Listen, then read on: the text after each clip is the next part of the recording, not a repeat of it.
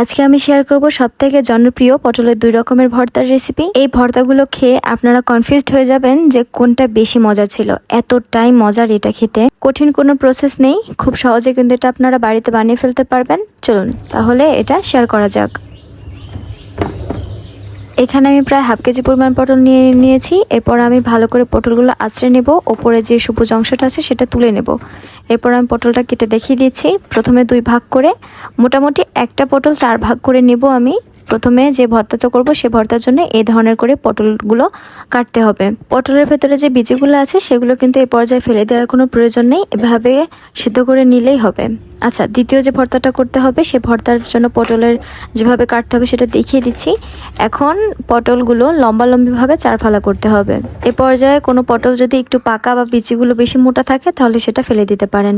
এ পর্যায়ে প্রথমে যে ভর্তাটা করার জন্য নিয়েছিলাম 4 ফালা করে, সেটা আমি এখন একটা পাতিলে করে সেদ্ধ করতে দিয়ে দিলাম। অবশ্যই এর ভেতরে সামান্য পরিমাণ পানি আর লবণ অ্যাড করেছি। এরপর আমি এটা ঢাকনা দিয়ে একদম লো হিটে রেখে দিলাম। এটা প্রায় 10 মিনিটের ভেতরে সেদ্ধ হয়ে যাবে। এরপর আমি যে 4 ফালা করে পটলগুলো কেটে নিয়েছিলাম দ্বিতীয় নাম্বার ভর্তার জন্য, সেটাতে আমি হলুদ মরিচ আর লবণ মাখিয়ে ভালো করে এটা 5 মিনিটের জন্য রেখে দেব। তারপর আমি একটা ফ্রাই প্যানে তেল নিয়েছি। এর ভেতরে আমি শুকনা মরিচ ভেজে নেব।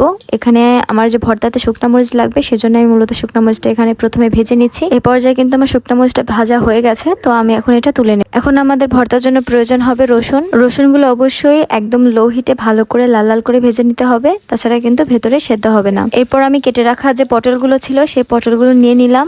এই তেলের ভেতরে এই পটলগুলো আমি ভেজে নেব।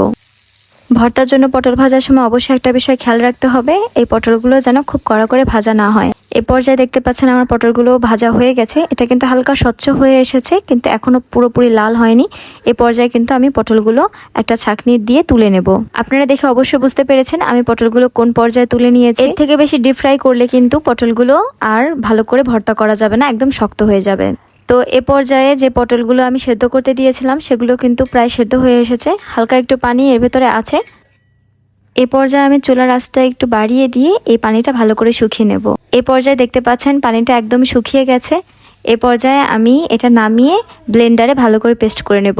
আচ্ছা, এদিকে আমার পটল যে ভাজা হয়ে গেছে সেটা তুলে রেখেছি। এরপর আমি কয়েকটা রসুন আর শুকনা মরিচ দিয়ে ভালো করে ভাজা করে নিলাম। এরপর এর ভেতরে আমি পেঁয়াজ কুচি দিয়ে দিচ্ছি এবং ভালো করে এটা ভেজে নিচ্ছি। অনেক বেশি কড়া করে ভাজার প্রয়োজন নেই। এই পর্যায়ে যে পটলটা আমি সেদ্ধ করে ব্লেন্ড করে নিয়েছিলাম সেটা কিন্তু এর ভেতরে দিয়ে দিলাম। এখন অনবরত নাড়াচাড়া করে এই যে ভেতরে যে এক্সট্রা একটু পানি ব্যবহার করা হয়েছিল ব্লেন্ড করার সময়, সেই পানিটা শুকিয়ে নিতে হবে। এই প্রসেসটা প্রায় 10 মিনিট যাবত করলেই হয়। এ পর্যায়ে কিন্তু আমি লবণটা দেখিয়ে দিয়ে দিয়েছি, আপনাদের মনে হলে এ পর্যায়ে অ্যাড করতে পারেন। এদিকে আমি একটা প্লেটের ওপর শুকনা মরিচ আর যে ভেজে রাখা রসুনগুলো নিয়েছিলাম সেগুলো লবণ দিয়ে ভালো করে চটকে নিচ্ছি। এরপর আমি এর ভেতরে কাঁচা পেঁয়াজ দিয়ে দেব এবং খুব ভালো করে হাত দিয়ে চটকে নেব। এরপর আমি এর ভেতরে অ্যাড করব সরিষার তেল দিয়ে ভালো করে এটা মাখিয়ে নিতে হবে। এবং এ পর্যায়ে যে পটলগুলো ভেজে রেখেছিলাম হলুদ মরিচ লবণ দিয়ে, সেগুলো আমি এর ভেতরে নিয়ে নেব এবং খুব ভালো করে ভর্তা করে নেব। এ পর্যায়ে যদি পটলগুলো কড়া করে ভাজা হতো তাহলে কিন্তু এগুলো ভর্তা করা যেত না। তো এই কারণেই আমি বলেছিলাম যে পটলগুলো যাতে খুব বেশি কড়া করে ভাজা না হয়। তো এই পর্যায়ে আমি খুব সুন্দর করে এটা ভর্তা করে নিচ্ছি, দেখতে পাচ্ছেন। এদিকে কিন্তু আমার যে ভর্তাটা আছে সে ভর্তাটাও কিন্তু হয়ে গেছে, একদম দেখছেন লেগে লেগে ধরছে আর শক্ত হয়ে এসেছে।